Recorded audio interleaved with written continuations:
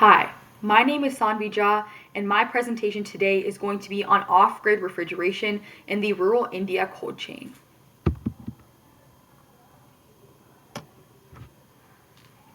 So, a main overview of what I'm going to go over today. First, I'm going to go over the problem. Second, I'm going to go over the criterias. Third, I'm going to go over the solution to this problem. And finally, I'm going to go over the application and what the solution means farther than just rural India.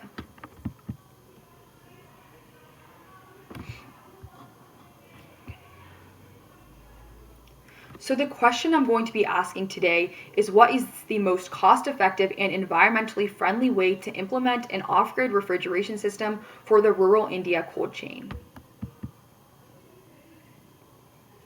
So first, I'm going to go over the problem and the current issues in the rural India cold chain that are leading to a lot of food waste.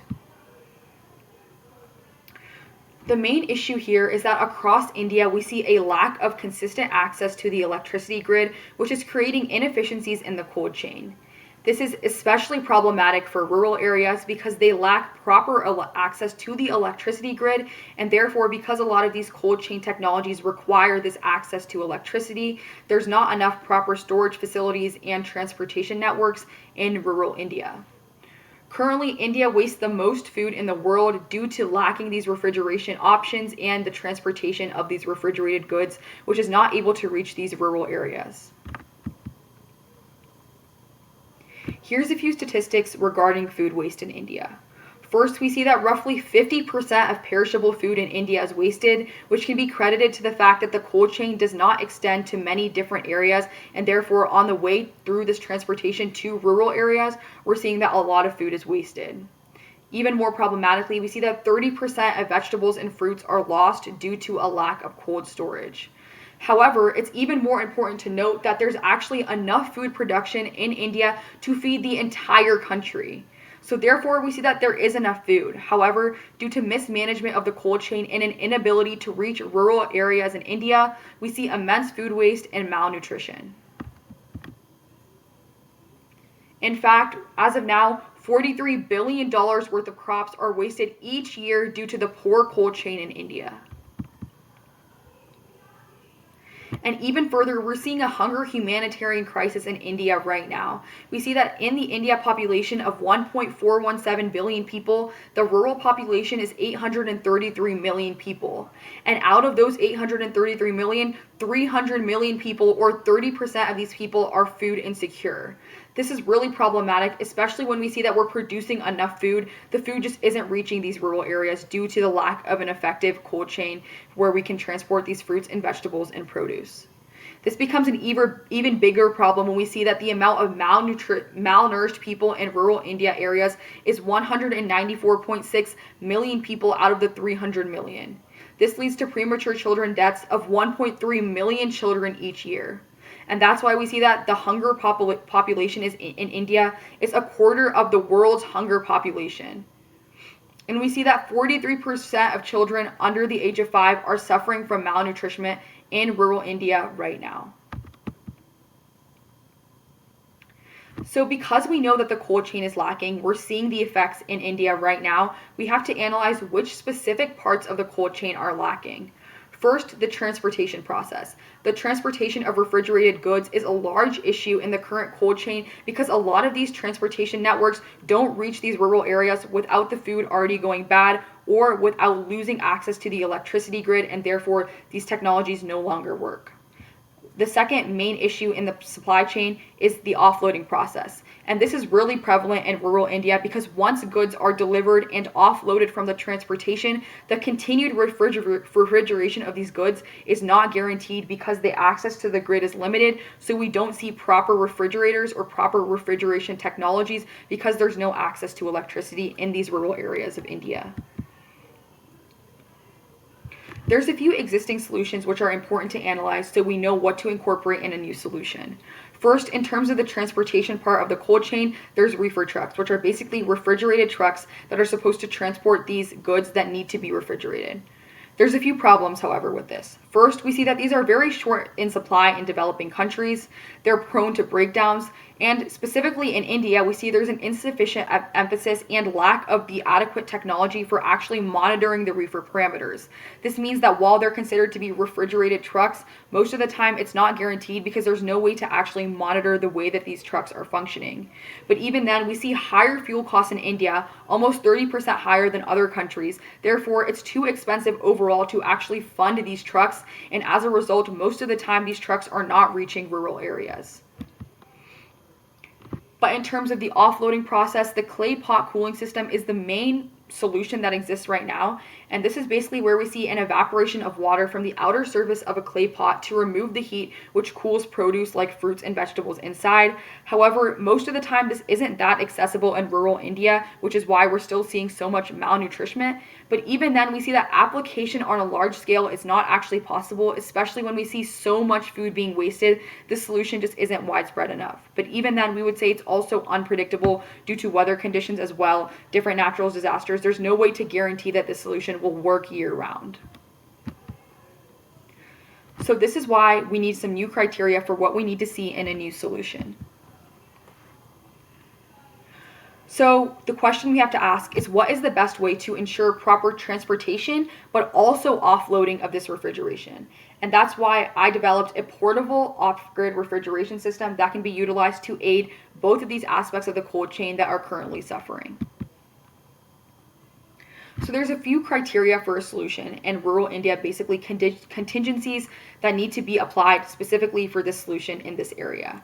First, in terms of climate, India has high temperatures and very warm climate all year round, which is really important to consider when developing a technology that will likely be outdoors once it's been offloaded from a truck or any other form of transportation. But then we also look at the temperature, because to preserve produce like fruits and vegetables, refrigeration temperature must be 40 degrees or less, so this must be applicable in this portable off-grid system. But even in terms of sunlight, most modes of transportation are closed. So if we wanted to use these portable off-grid refrigeration systems that goes through these transportation modes, it's important to recognize that they won't have a sunlight access throughout the transportation system. So this is really important to consider, especially when looking at solar technologies. And finally, size, because it's really important to look at different modes of transportation in India and how it can be applied to many different areas. We want this system to be smaller to fit various modes of transportation. And if we go further into the size requirements, I decided to base it off of India's most common form of transportation, which is a rickshaw, which is basically a small covered 2 to 3 wheeled vehicle.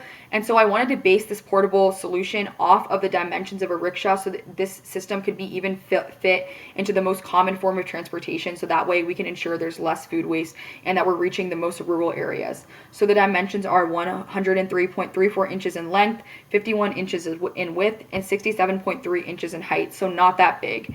So a portable off-grid refrigeration solution that could meet these requirements would enable cheap cold chain transportation to these rural areas.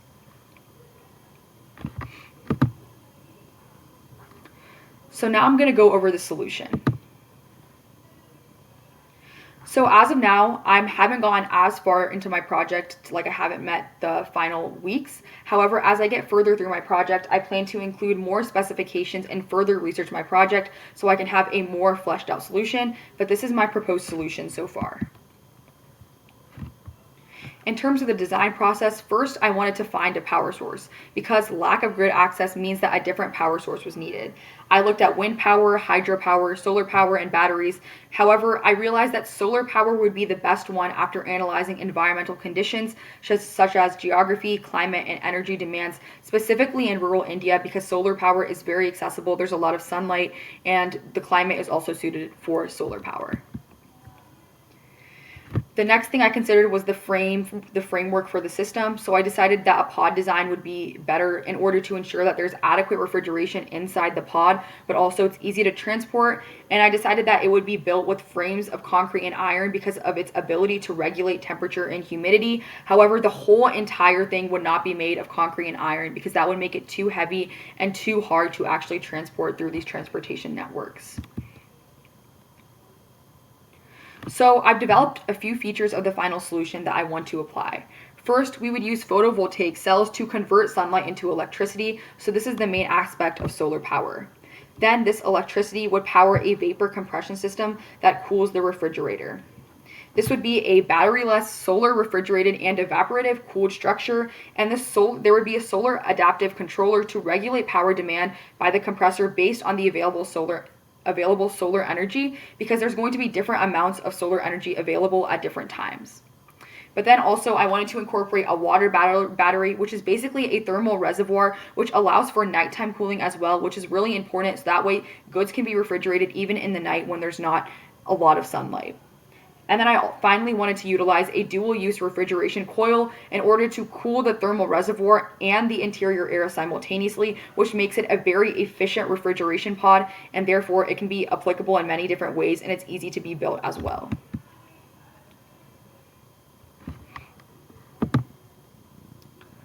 So now I'm going to go into the application and the impact of this solution if it were to be applied. Due to the portable nature of the off-grid refrigeration solution, there's a lot of ways that it can be applied in other developing countries that are also struggling with maintaining an adequate cold chain. I had some other specific examples such as Croatia, Bosnia, Serbia. Currently, they have post-harvest fruit and vegetable losses of up to 30 to 40% due to an inadequate cold chain. This is a lot of food waste, and with implementing the solution there, we can prevent the food waste, especially because it's happening in the cold chain. Even if we look to Tanzania, we see up to 97% of meat is never refrigerated due to lack of cold transport, which is not only unsafe, but also it often makes food uneatable and leads to more food waste. And because this portable refrigeration solution has temperatures that would also be able to preserve meat, it could also be applied there. And also in Ghana, there's no control of temperature range whatsoever across the supply chains. So this refrigerated solution would allow for better transport of goods that need to be refrigerated. And this can be applied to many other developing countries as well. Finally, I wanted to go over the main impact of this project. We would see that if we could implement this cold chain solution, we could save at least $22 billion worth of fruits and vegetables. We could save 144 million tons of food in all these developing countries with this adequate cold chain solution that solves the issues in the transportation and offloading. And in the end, we could also help 200 million malnourished people that are only in India and themselves. But if this were applied to other developing countries, we could see millions of more people being benefited, which is, in the end, the most important part of a project like this is to benefit people who are struggling right now. And that's happening due to a lack of an adequate cold chain, and this would be a great solution. Thank you for listening to my presentation.